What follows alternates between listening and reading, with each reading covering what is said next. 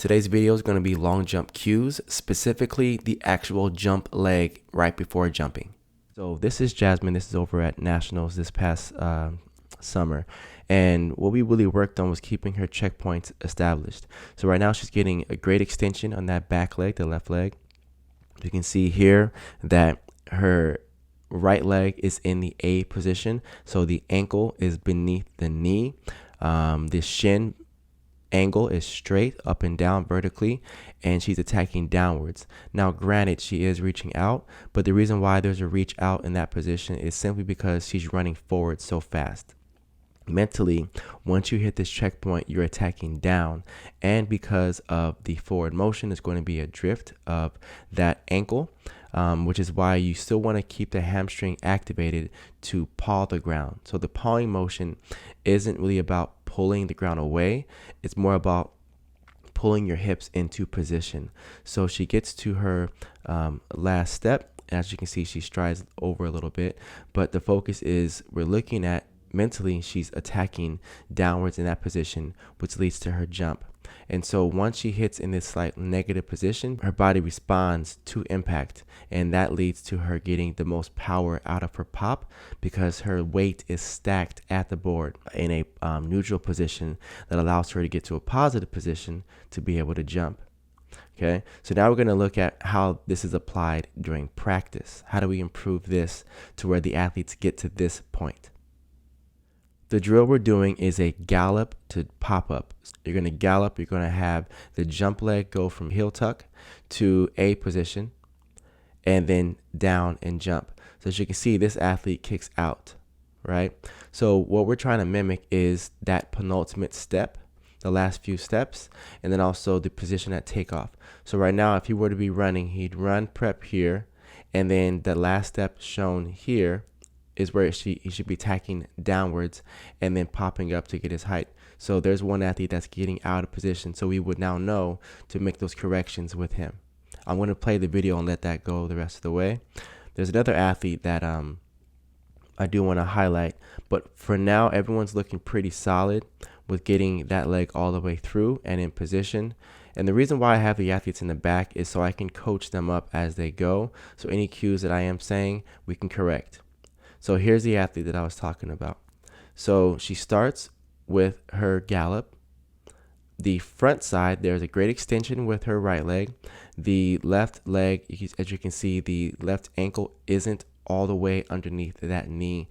We want that to be consistent throughout all the elements of the jump itself. And then from there, it does finally align. And then you can see that the right leg never recovers. It never gets to the butt. The right leg never is able to be in position to attack the ground until it's here.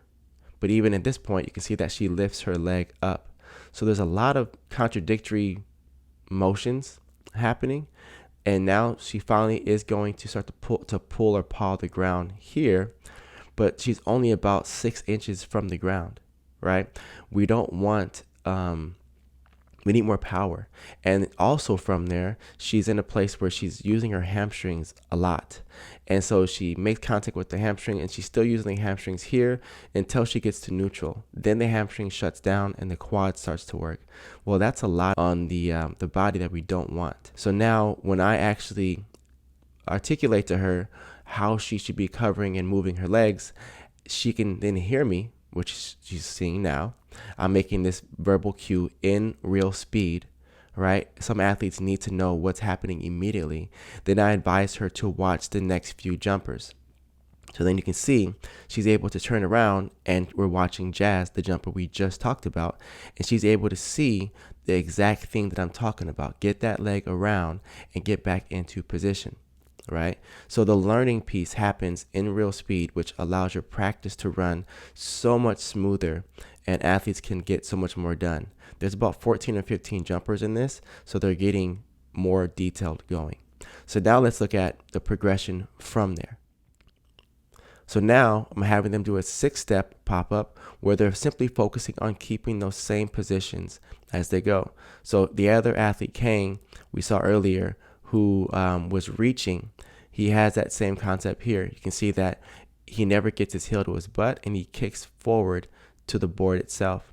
right? So there's another cue that we want to fix. We want to go back to the basics. I would take him back to the previous drill to keep him consistent with his motions and reset his motor skills, right? Now from there, the athletes are still just going their motions.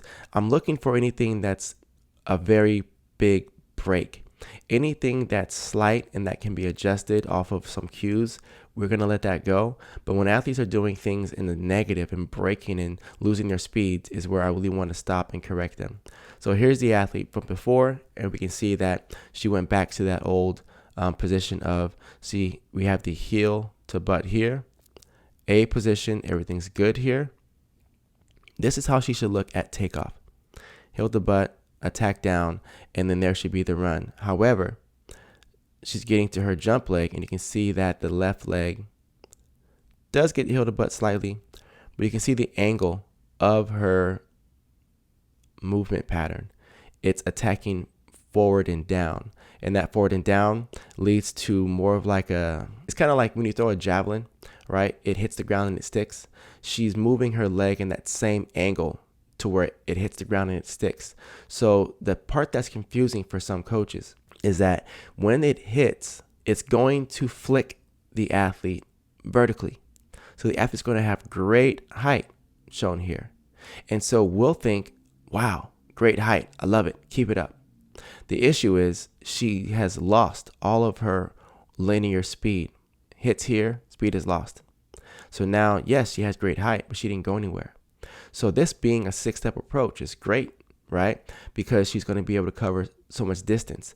But the reality is when we back up to a full approach, she's going to jump and it's going to cause braking issues, braking impact issues, such as shin splints. She's going to have, that jolt through her ankle and also through her knee. These are things that are going to break her speeds. So she's going to wonder, why am I jumping so far from short approach, but not as far for long when I should be improving? Well, the issue is when you bring more speed, you're going to have more braking. So more braking leads to even more height and no distance. So the biggest focus is going to be to keep those legs in position where it's that heel tuck and then down and keeping that going. Let's see if Maddie. Now here's Jazz again. She steps down and you can see that there's no real reach or flick. That right leg gets to the A position and then she attacks down. And that leads to her pop-up, which looks great.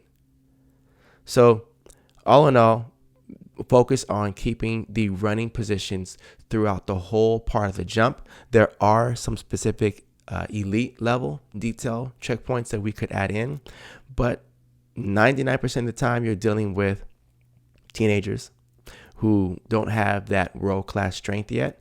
So let's just get them in a position where everything that they're doing is in a neutral and or positive direction versus braking. Get rid of the braking, then develop into the positive technical pieces from there. We're only focusing on the pop-up for now. Once that's established and their entry into their jump is great, then we can really work on their flight patterns and so much more. All right, till next time.